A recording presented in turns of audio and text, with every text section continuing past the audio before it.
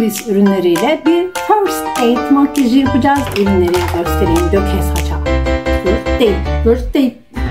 Kanalıma hoş geldiniz arkadaşlar. Ben Canan. Makyaj videoları serimin 5. videosunda buluştuk bugün ve tek marka makyaj Biolis ürünleriyle first date makyajı yapacağız. Bu konuyla ilgili çok bir bilgim yok. Deneyimleri olan arkadaşlarımdan şöyle biraz bilgi edinip karşınıza geldim. Gratis'e ait olan Biolis ürünlerinin inceleme videosunu daha önce çekmiştim. 30 üründü galiba. 30-32 tane ürün vardı. Yeni bir tane ürün aldım sadece. O da sezonda çıkarılmış. Galiba yaz için çıkarılmış bir ürün. Birçoğunuz zaten görmüşsünüzdür. Şu rezil bantlarla, poşetlerle beraber ben bunu açtım ve dün denedim. Bu ürünü kullanacağım. Diğerleriyle ilgili de bilgi vererek devam edeceğim. Ama önce ne yapıyoruz? Tabii ki makyaj videolarının olmazsa olmazı saçımıza şöyle abuk subuk tokalar takıyoruz. Benim tokalarım çok olmadığı için ben böyle birini pens takıyorum. Buradan da kendime bakıyorum. Şu aynamı da alayım. Mikrofon da takayım. First date heyecanından mikrofon takmayı unutmuşum. Öyle bir first date yani. First date makyajı için önce bilmemiz gereken bir şey var arkadaşlar. O da 2 kelimelik İngilizce. First date yani ilk buluşma. Bu buluşma genellikle sosyal medyalardan tanıdığımız, aslında hiç tanımadığımız o karakterle buluşmak için ayarladığımız bir randevu oluyor. Randevu deyince neyse. Biraz tutucu bir kimlik olarak first date'e sonsuz karşıyım. Çünkü tanımadığım bir insanla tombaladan çeker gibi sosyal medyadan fotoğrafı başka, kendisi muadili bile çıkamayacak birileriyle karşılaşacağımızı bildiğim için artık ben yaşamadım, bir arkadaşım yaşadı. Çok özenerek gitmemiz gerekiyor mu acaba diye de bir sorgulatıyor kendini bu first date. Ama her şey insanın özünde kendine saygısı. Kendine saygısı olan kendine de çeki düzen verir arkadaşlar. Mesela bana bakın, siz beni hiç böyle bir elbiseyle gördünüz mü? Ben de görmedim. Ama ne yapmak lazım? O yaramaz haylaz şeytan kız çocuğunu kenarda evde başını silip oturtacaksınız. Böyle halim serim tertemiz gideceksiniz. Bunun için hemen ilk ürün Biolis'in ojesini sürdüm bile. Özellikle bu renk sürdüm ki masum görünsün. Hangi ürünü kullandım peki? Gözüm görmüyor. Date'e gidiyorum. Öyle bununla gidiyorum. Bakmak için kim bu ya, doğru mu diye. Bakıyorum. True Love. 608 rengi. Fakat şöyle bir handikap var ki 3 kat sürdüm. İşte varla yok arası. Bir sakinleyin. Bırak heyecanı canım. Sakin ol. Şimdi arkadaşlar ben bu ürünü dün denedim. Fakat normalde kullandığım 30 faktör korumalı normal gündüz kremimin üstüne kullandım. Beğenmedim. Çünkü öyle bir çekti ki ürünü hiç anlamadığım bir şekilde böyle yama yama yüzümde kaldı. Bugün daha önceden ürünleri incelediğim için şöyle bir Biolis kutumuz var. Bunun içinde benim bir makyaj öncesi bazım var. Minimize It. Daha önce incelediğim ve çok sevdiğim bir ürün olduğu için bir de bununla deneyeceğim. Bakalım bugün de cildim bu ürünü emip, yani o gösterdiğim fondöteni emip yüzümde yok olmasını sağlayacak mı? Öyle komik bir hale geldi ki 1,5 saat sonra, fazla da değil arkadaşlar. Şuralarımda böyle beyazlıklar kaldı. Başta çok yoğundu ama daha sonra cilt onu çekti. Yama yama bir yerlerde böyle garip garip görseller oldu ve şurada bir beyazlık kaldı. O nedenle bunu normal bir kremle ben uygulamamalıyım. Bu arada dudağımda sadece neredesin o muhteşem ürün? Bu var. Drop It. Biliyorsunuz ben bu ürünün hastasıyım. Hastayım bu ürüne. Yüzümü böyle çok renksiz görmeyin diye onu bir sürdüm. Bu benim çok sevdiğim... boşa gitmesin. Çok sevdiğim bir baz arkadaşlar. Fakat ben bunu aldığımda 40 lira falandı galiba. 40 lira 60 lira gibi bir şeydi. Geçen gördüğüm 100 küsür lira olmuş. Niye böyle olmuş hiç anlamadım. Umarım böyle devam etmez. Benim Biolis'te kullandığım normalde Tinted var. Evet, Tinted doğru hatırlıyorum. Bu da Beautified. İngilizcem şahane. Geliştiriyorum kendimi. Bu ikisinin performansını daha önce videoda da inceledim. Günlük hayatımda da kullandım. Bu zaten bitti gibi bir şey. Bunu da sevdiğim için lazım oldukça kullanıyorum açıkçası. Kısa süreli makyajlarda kullanıyorum. Bana sorsanız date için bunu kullanırdım. Ama yeni ürün denemek için, yazlık da ürün olduğu için bunu deneyeceğiz. Hemen başlıyorum. Benim şu alnımdaki lekeleri görüyorsunuzdur muhtemelen arkadaşlar. Cildim normalde benim pembe alt tonlu beyaz bir ciltken bayağı saçma sapan bir cilde dönüştü. Şöyle sürelim. Date'e gidiyorum çok süreyim demeyin. Bir ince bir sürün. Ondan sonra ikinci katı gerekirse geçersiniz. Böyle kireç gibi gitmeyin insanların önüne. Ölmüş de duaya gelmiş gibi yapmayın öyle. Niye bağırıyorsam sakin olayım. Çok heyecanlıyım. Ben Biolis'in ürünlerini ve hatta birçok fondöteni, renkli nemlendirici elimle dağıtmayı seviyorum arkadaşlar. Şu dudağımızı alalım da bulaşmasın. Şöyle elimle sürüyorum. Gördüğünüz gibi. Yayılımı çok ıslak ve nemledi, görüyor musunuz? Çok fazla ürünü bıraktığım zaman bu kadar beyazlıyor. Ama daha sonra tabii ki bu arkadaş da diğer ürünler gibi oksitleniyor ve teninize yakın bir hale geliyor. Kapatıcılığını ben orta seviye buldum ama diğer ürünleri kadar beğenmedim. Bassız kullandığım için mi bilmiyorum, o yüzden şu anda yorumlamak istemiyorum. Bazıda da bir görelim diye, ama ben beğenmedim dün kullandığımda. Şununla pıt pıt pıt oturtalım bakalım ne yapacak.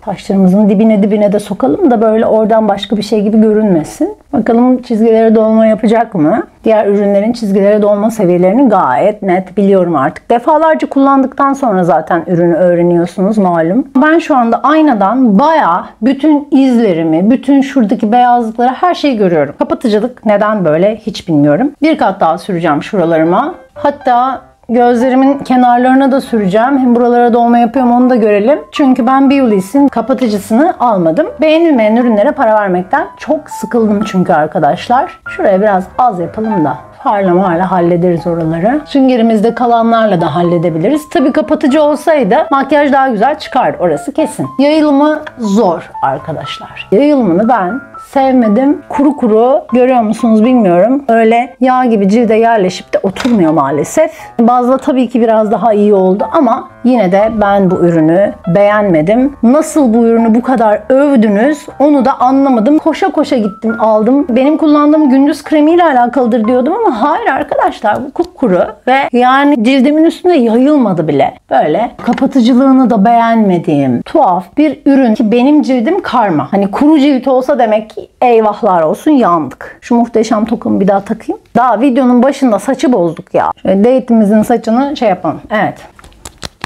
Çekmesini bekleyelim. Hadi biraz oksitlenmesini de bekleyelim. Oksitlenmeyi şurada görün. Nasıl rengi dönecek. Hatta bunu da şununla karşılaştırmak için bunu bırakalım ki zaten dünden razı, biliyorsunuz sıvı sıvı bir ürün. Şunu alalım, biraz çok aktı. Şöyle. Bu da böyle.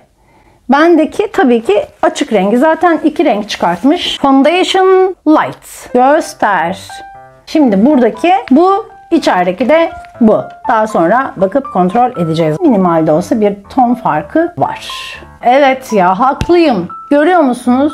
Yama cilt bir şekilde ürünü çekti ya da ürün ton değiştirdi. Benim bütün güneş lekelerim ortada. Süngerle o kadar oturttuk, diplere de ittik. Bu görsel nedir? Biri bana anlatsın. Değiştirmeyeceğiz. Çünkü zaten diğerlerini denedik. Böyle gideceğiz date. Üstüne diğerini kullanıp da bunun neye döndüğünü gölgelemek istemiyorum. Herkes her şeyi net bir şekilde görsün. Hemen şu transparan pudrayı şu tatlı pufla gayet yeterli. Hiç öyle kadife madife olmasa da gayet hıtı hıtı yani.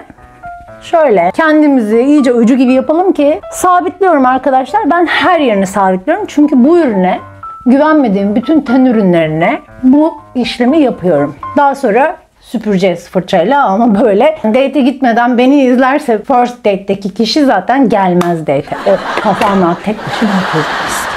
Bende 2 tane kalem var ama eyeliner çekmeyeceğim. Zaten gözüm bozuk. Düz çekemiyorum ama altına tabii ki gözümün şöyle kahverengi keçeli kalemiyle, ben buna keçeli kalem diyorum,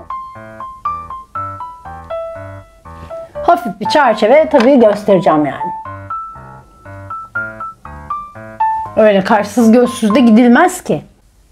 Bu birazdan farların altında falan kalacak. Şimdi eyeliner çekiyorum normalde. Bunu da çekmeyeceğim çünkü yumuşak, soft biri gibi görünmeye çalışıyorum. Bu nedenle şu farlardan kullanarak bir eyeliner çizgisi oluşturacağım kendime. Ama öncesinde rimel sürüyorum arkadaşlar. Neden? Kirpiklerimin kenar kıvrımları nereye çıkarsa oradan çekmek için. Bunu bir makyaj artistinden öğrendim. İnanılmaz araştırmacı bir insan. Şimdi bende 3 tane rimel var. Siz konuştuğunuz kişiye göre rimelinizi seçin arkadaşlar. Bu sizi sempatik, sevimli, tatlı, kıvrık, böyle ayrık ayrık, şirin gösterecek ve kirpiklerinizi aşağı düşürmeyecek bir rimel. Bu aşırı derecede ıslak, aceleniz varsa asla sürmemeniz gereken, sürdüğünüzde hapşırmamanız gereken, çünkü her tarafınıza bulaşıyor. Kuruduktan sonra muhteşem donan ama ikinci katı geçerken yeterince beklemediyseniz ya da çok fazla beklediyseniz kirpiklerinizi örümcek bacağına çeviren o muhteşem rimel. Umarım şunun bu sabitlenip donmasını güzel bir rimele aktarıp böyle muhteşem bir şey yaparsınız. Ben her gün sürüyorum bu arada bitsin diye. Yüzünüzü yıkadığınız anda çıkıyor. Şahane. Kirpikte hiç kalıntı kalmıyor. Müthiş yani. Yüzüne suyu vuruyorsun, çıkıyor. Harika. Ben bunu süreceğim. Bu suya dayanıklı. İlk buluşmada kalkıp da havuza gitmem yani. Siz de gitmeyin. Kaldıralım. Çünkü niye? Yani yaşamsal risk. Gerek var mı? Yok. Bunu hemen sürüyorum. Tabii ki siz kirpik kıvırıcı kullanın. Kirpik kıvırıcı kullandıktan sonra rimel tabii ki çok daha güzel görünecek. Bugün ben nazar. Hay Allah. En son rimel sürülür ya arkadaşlar. Ben öyle yapmıyorum. Şimdi far bu kirpiklerin üstüne dökülecek mi? Tabii ki dökülecek. O yüzden siz farınızı sürersiniz. Sonra rimelinizi sürersiniz. Benim kirpiklerim aşırı cansız, yıkık, virane. Bu arada ben kirpiklerimi yaktım da. Çakmakla bayağı. O yüzden kendileri şu an perişan haldeler. Bu rimel normalde normal bir insanın kirpiğini çok güzel yapıyor. Zaten yorumlarını falan okursanız da görürsünüz. Ben de kirpiklerim sağlamken muhteşem kullandığım bir rimeldi kendisi. Bakın. Şurası yanık. Valla tek katta böyle daha. İkinci katı da geçeceğiz. Geçeceğiz. Rimeli siz sonra sürün. Ben de bundan sonra niye böyle bir şey yaptığımı bilmiyorum. Şimdi komple karma karışık gitmek istediğim için ben nerede benim Charmit'im? Bunu kullanacağım. Siz isterseniz şirin görünmek için böyle daha beyaz ağırlıklı giyindiyseniz bunu kullanabilirsiniz allık olarak. Aslında cildimdeki ürün çok mat şu anda. Bunu kullanmak daha tatlı olabilirdi ama benim üzerime biraz daha böyle yanaklarım belirgin olsun istiyorum. Çünkü rujumu nude kullanacağım. Neden? Çünkü işte nude ya. Yani herkes nude mecbur böyle nude olacağız evet. O yüzden yanakları biraz daha belirgin istiyorum. Bu da yani daha belirgin nasıl olabilirmiş bilemiyorum. Hemen hızlıca pıt şöyle mahvettik makyajı. Bunu da hemen pıt. Çok güzel değil mi ya? Gözlerimizin içine altına sokuyoruz artık biliyorsunuz. Ben çok sevmiyorum ama olsun ya. Bu date ya. Şuraya bir tık daha yapacağız. Şimdi kapatıcımız olmadığı için bu markada başka markayı da bulaştırmak istemiyorum. Yoksa kapatıcıyla şuradan şöyle çekip dağıttığınız zaman bu allık böyle üstüne bir de fırçayla geçince şahane oluyor. Evet, o olmayacak. Şimdi bugün olmayacak. Yapacak bir şey yok. Şimdi biraz da şirin olması için şu elimizde kalanları şöyle yapalım. Hadi fara geçelim. Bu kurudu mu? Kurudu. Şimdi ikinci katını far bittiği zaman yapacağız. Öyle kotarmaya çalışacağım. Hemen farı açıyorum. Şöyle.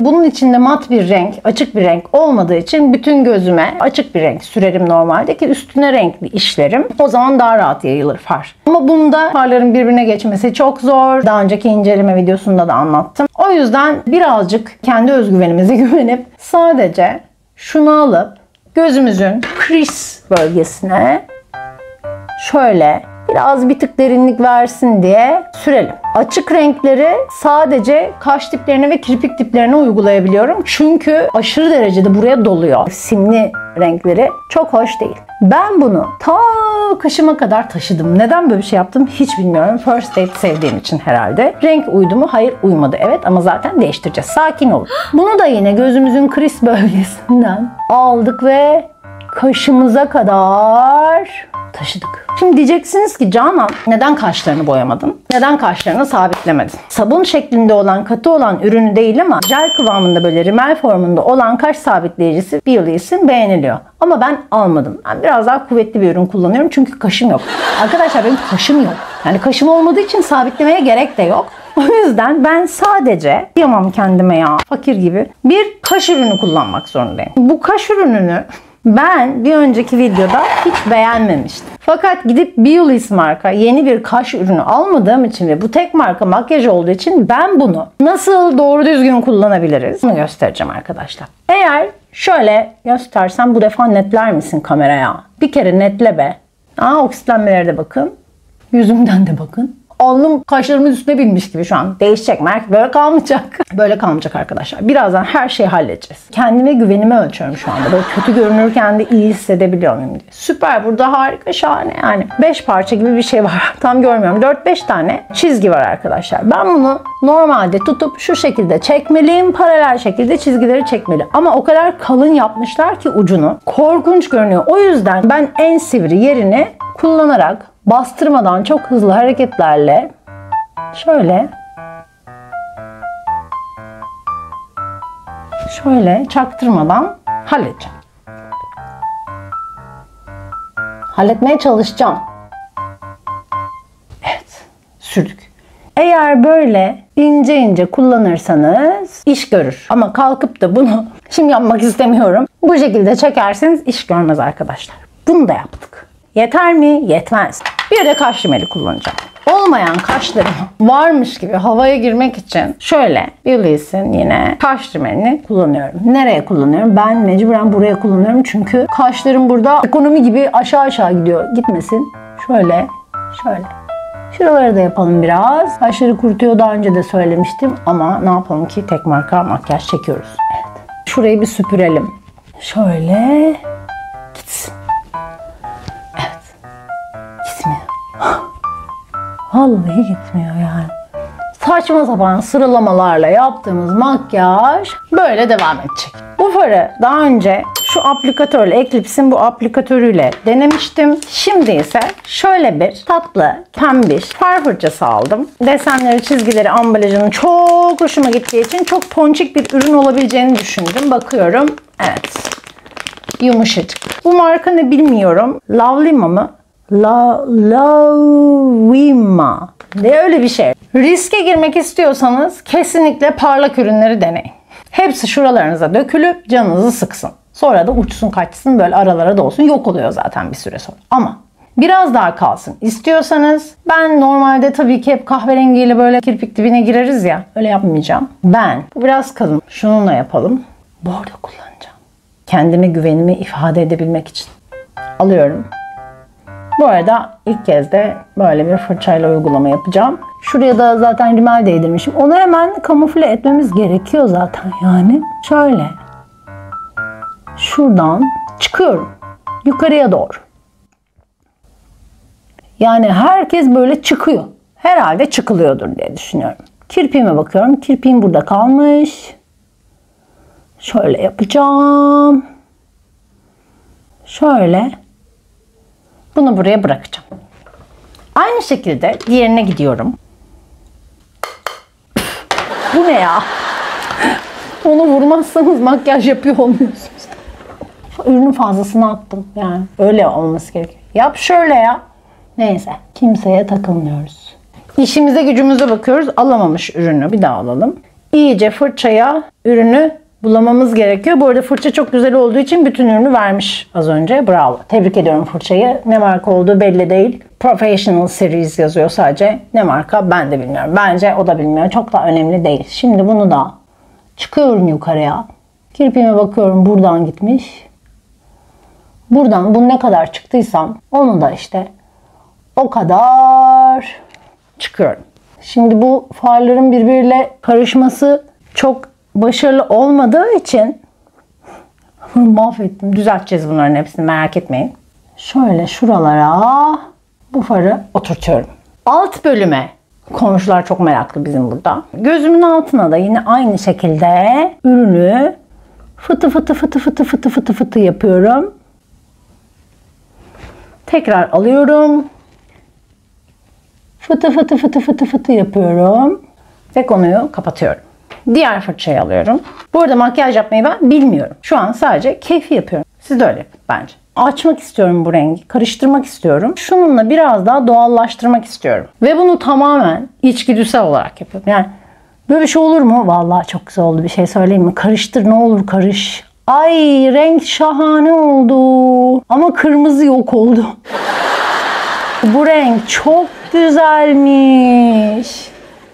Baksana. Fırça da çok güzelmiş bu arada. Fırça şahaneymiş hatta. Ay pardon. Yani böyle bir makyaj olmaz olsun gerçekten. Şuradan da alıyorum. Kırmızının gitmesi daha güzel olmadı mı? Vallahi güzel oldu. Şimdi şöyle. Ay çok güzel oldu. Şu kırmızıyı şuradan biraz daha kaldıralım. Burası gitmiyor. Buraya çok yoğun oturtmuşum herhalde. Şimdi birazcık o zaman kırmızıdan alalım. Çok çünkü cozurttu. Şuraya bırakalım. Kırmızıyı iyice aldım arkadaşlar. Şuralarıma tekrar dokunduruyorum. Kırmızıyı hiç sokmasaymışız araya, daha iyiymiş yani. Ben niye kırmızı takıntısı yaptım acaba? Bugün Akrep Burcu'nu izledim, o yüzden oldu kesin. Makyajı ben şu an kırmızıya geri taşıdım. Yani gerek var mıydı bilmiyorum. Vardır. İyidir. Taşıyalım. Evet. Güzel oldu. Gözümüzün şu bölümlerine kahverengi, bu markada kalemim olmadığı için kahverengiyle gözümün iç bölümündeki yere bir incecik kahverengi bir derinlik veriyorum. Ve buradan da bir minicik kirpiğimin kalktığı yerden şöyle bir minicik yukarı doğru kalemi çekiyorum. Çünkü oraya kahverengi bırakacağız. Böyle olmaz arkadaşlar. Kirpiklerimizin diplerdeki cılızlığını kalemim olmadığı için kapatamam. O yüzden de mecbur acı kahve. Vallahi şu kahveden bir tık bırakacağım. Hadi bakalım yani. Evet. Evet. Ay çok güzel oldu. Far karışmıyor. Ay içim şişti. Far asla homojen bir şekilde karışmıyor. O yüzden ben şunu bir temizleyeyim burada. Şununla yapacak bir şey yok. O fırça sert geldi. Ürün karışmıyor arkadaşlar. Şöyle fıtı fıtı bırakıp artık yani böyle yapacağız. İyice temizliyorum kırmızıyı, bordoyu. Ben çok güvendiğim yine aynı rengin bir açığına gideceğim. Gözümün içinden. Fırça muhteşemmiş bu arada. Vay be. Gözümün içinden çıkıyorum.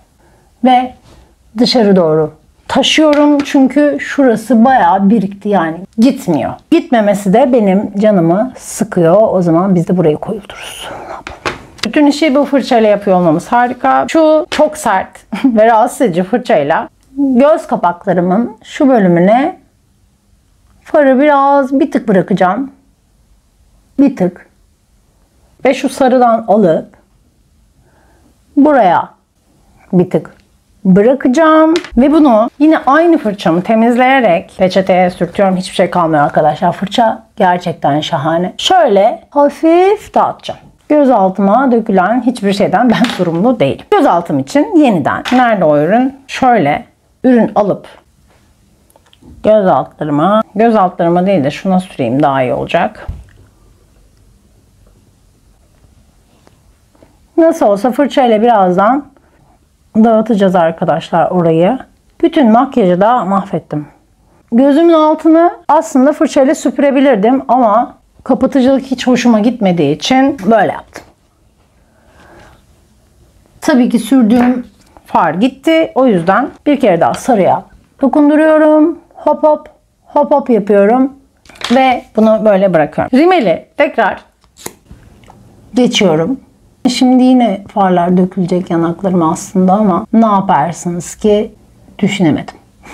Rimel bu fiyata alınabilecek muhteşem bir rimel olarak değerlendirdiğim bir rimel. Şuralar böyle kalmayacak, korkmayın. Şu göz hattımı belirginleştireyim. Sonrası kolay. Evet. Evet. Şimdi yüzümüzdeki bu beyazlığı nasıl yok edeceğim? Allık almadım. Çok tatlı üçlü kontür allık ve sanıyorum highlighter paleti vardı. Küçücük böyle 3 tane. 50 liraydı sanıyorum. Toz allığım çok fazla olduğu için onu almadım ama alınabilirdi. Ben normalde bunda şu pembeyi arkadaşlar zaten allık olarak o kadar çok yedim ki. Yani ve o kadar doğal, o kadar güzel duruyor ki ben yine aynı mantıkla şu pembeden alıyorum.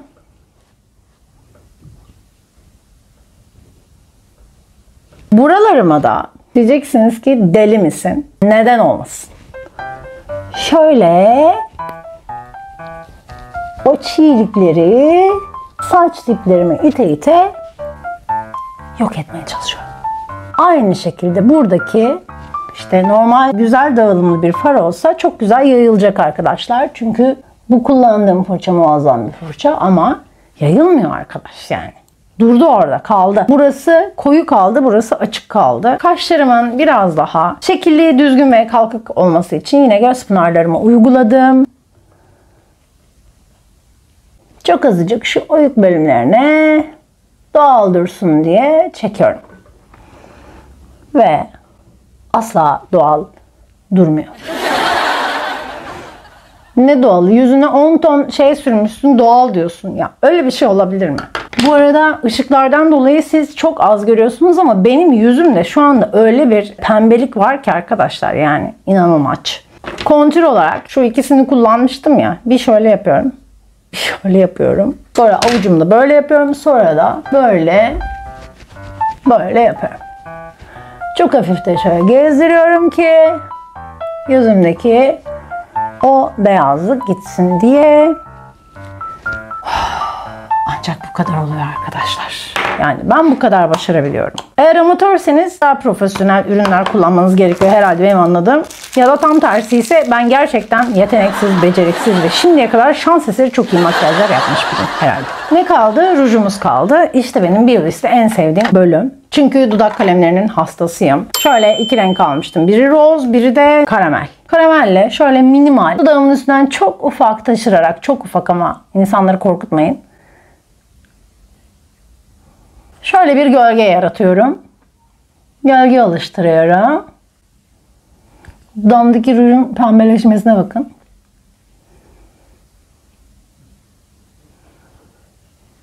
Bunu oluşturduktan sonra benim bu date'e kendimi ifade etmek için kullanacağım şey aslında ya bu olurdu. Hot Sun. Çok seviyorum. Bu olmaz, bunu kaldıralım. Gözlerim çok ağır oldu çünkü. Ya da bu olurdu. Bu da neydi? Zip It. Kalıcı ruj. Şimdi eğer bunu sürersem kahve bardağında ya da içtiğim, yediğim bir şeylerde rujum kalacak ve içinden böyle yavaş yavaş çıkacak. 3-4 saat sonra hiçbir şey kalmayacak. Muhtemelen yemek yiyip bir şeyler içeceğim için de zaten bir saat sonra hakkı rahmetine kavuşacak. O yüzden bunu sürmüyorum. Date olduğu için. Aslında iyi bir bahane. Hani ben bir lavaboya gideyim, rujumu tazeleyeyim falan deyip orada aşko ya böyle bir şey oldu diye kankalarınızı arayabilirsiniz ama ben kendimi garantiye alayım. Hemen süreyim. Bunun içine ben başka bir rujdan bir tık koyu bir şey damlattım. Bu daha nude arkadaşlar normalde.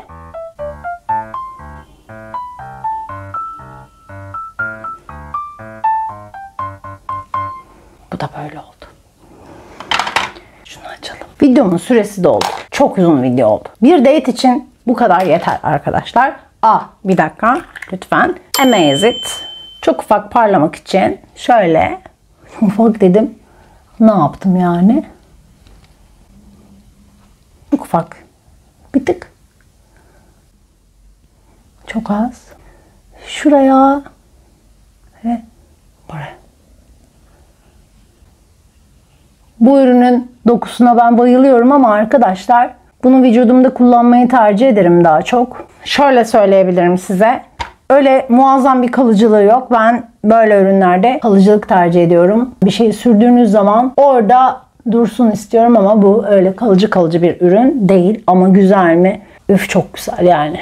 Biraz daha parlatalım. Ben date'e gitmekten vazgeçtim. Suzi'nin kınasına gidiyorum. Oldu o zaman. Şaşırdım ya. Evet.